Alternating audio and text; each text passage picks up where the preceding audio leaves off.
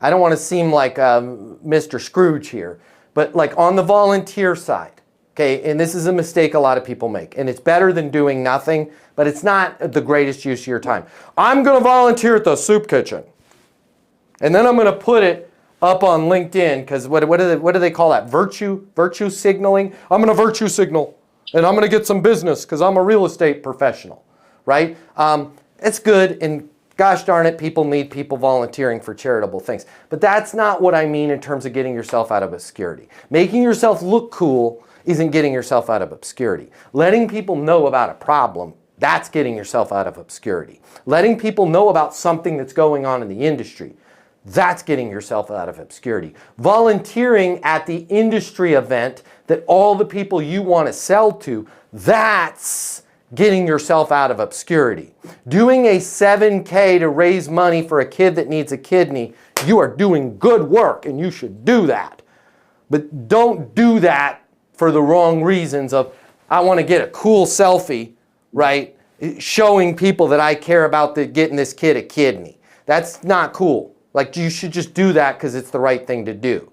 Okay, so if you're going to volunteer, do things that help people in your industry. Offer to be on a podcast in your industry. Offer to give a 5-minute talk at the industry. Like Rick with the painting company, there's a real estate association that meets in his city.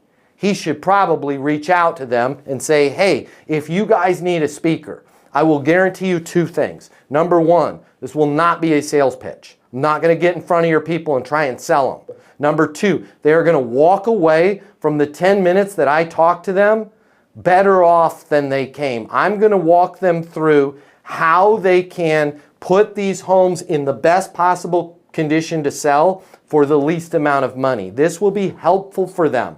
Whether they have my company paint the house, they have somebody else paint the house, or they choose not to paint the house altogether. This is what real estate professionals need to hear right now with what's going on our inventory piling up. Does it make sense for me to talk to the group? And then Rick is going to make good, he's going to make good on that promise. He's not going to get up there and sell them. He's going to get up there and say, here's the problem, here's what's going on.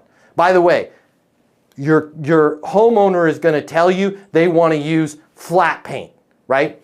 Don't do it.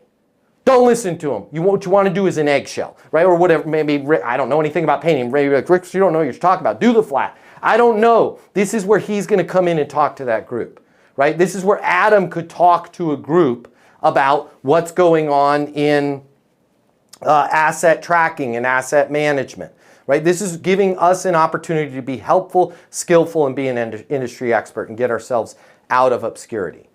Hey, if you like this video, I'm going to get you closing more deals. I'm going to give you my closing mini masterclass, normally $300. Click the link here or in my bio. I will pick up all the costs for you. It's on me. Click the link. Let's get you closing.